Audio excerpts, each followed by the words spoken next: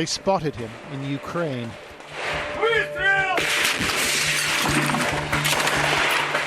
A volunteer fighting for the rebels in the eastern part of the country. He was asked to join a secret army, a shadowy force preparing to deploy to Syria. Столкнулся с бригадой парней, которые как раз относились к Вагнеру, то есть ЧВК России. Оттуда вы, парни, когда мы познакомились, увидели во мне таланты определенные и пригласили к себе на заработки. Соответственно, денег не имелось, и поэтому дал согласие. And hundreds have been recruited in Russia, some responding to discreet advertisements posted online.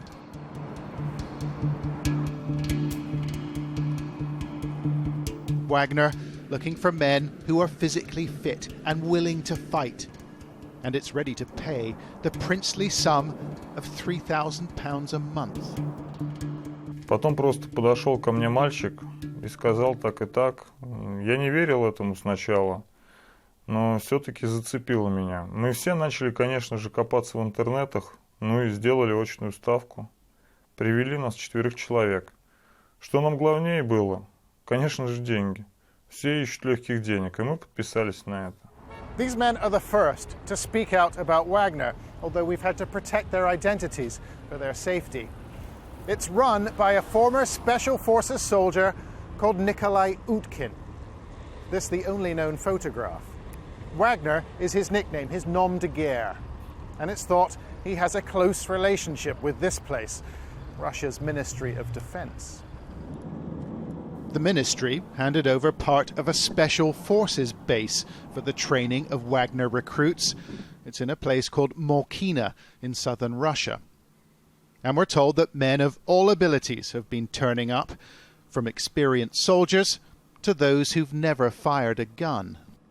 Тренировка довольно-таки высокого уровня на самом деле. Учат наводить, учат пользоваться вооружением, артиллерия, тем же самыми автоматами, иглами, танками, БМП.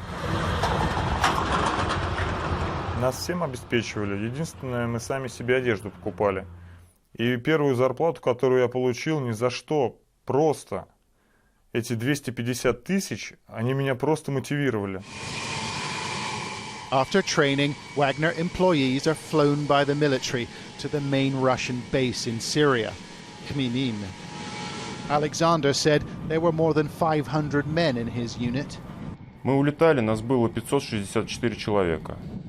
Нас туда отправили, вот мы на базе расположились. Нас было 2 роты разведывательные, рота ПВОшников, штурмовики. 2 роты было, и пехота та же самая была. Тяжелая артиллерия, как бы та же самоходная, да танки и так далее. Dmitry said he was one of 900 deployed to Syria, and he told us he had virtually no military experience. He'd previously worked as a secretary. Прилетели мы ночью в аэродром, как он, Хмеймим, по-моему.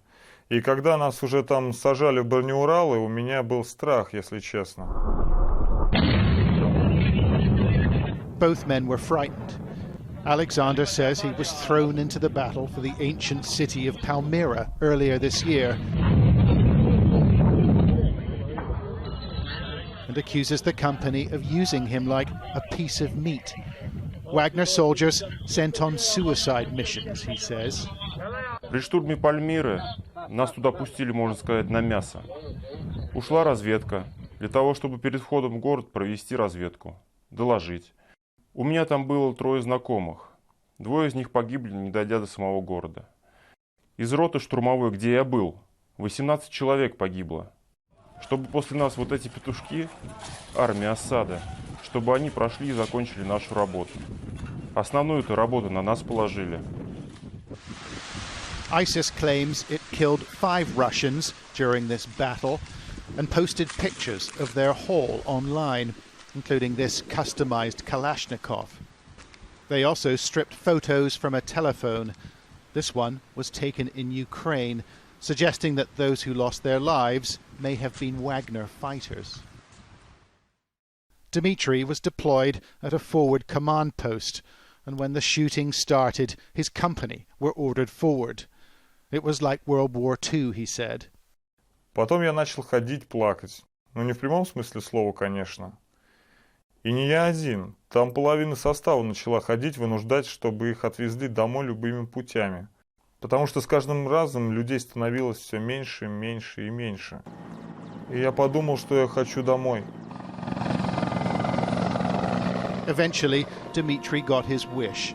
After weeks of protest, he was removed from the battlefield and flown home. But employees told us that hundreds of their fellow fighters will never return, their bodies left in the desert or cremated at a military base. Точную цифру я не назову, но приблизительно могу сказать, что человек 500-600 там осталось. И о них уже никто никогда не узнает. You say tens or even hundreds of people have died in Syria. Where are the bodies? Where are the grieving families? Ну а кто вам о таком скажет? Либо в крематорий отправляют сжечь в прах и числятся как без вести пропавшие, либо хоронят под предлогом, что он участник боевых действий на Донбассе, либо машину сбила и так далее. Dmitry is back in Moscow, but his time in Syria still stalks him. Wagner hasn't returned his identity documents, and when he went back to the training base to get them, he was arrested. The police told him Wagner doesn't exist. Is it real? Does Wagner exist? No, obviously they do exist. These kind of volunteers do appear in different war zones where the Russian government wanted them to appear. Say first in Crimea, then in Donbass, now in Syria. But they have not been legalized up to now. That's right. Private military companies are illegal in Russia, and those who sign up are breaking the law. But the men who run Wagner aren't worried. And there's no shortage of Russians, it seems, prepared to fight and die in Syria. John Sparks, Sky News in Moscow.